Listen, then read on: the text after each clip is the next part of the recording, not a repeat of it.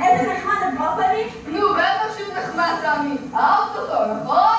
בטח, בהתחלה לא כל כך אהבתי אותו, אבל עכשיו אני נורא אוהבת אותו. נו יופי, אני ממש שמח. אז עכשיו, תמי, אני עוד מעט צריך ללכת, אבל לפני שאני הולך, אני רק רוצה להגיד לכם מספר מילות פרידה. הבנתי.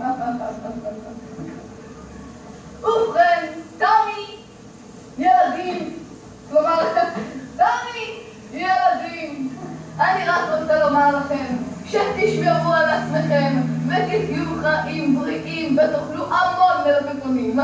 יצא לי חרוז, והנה שעמד תפוז.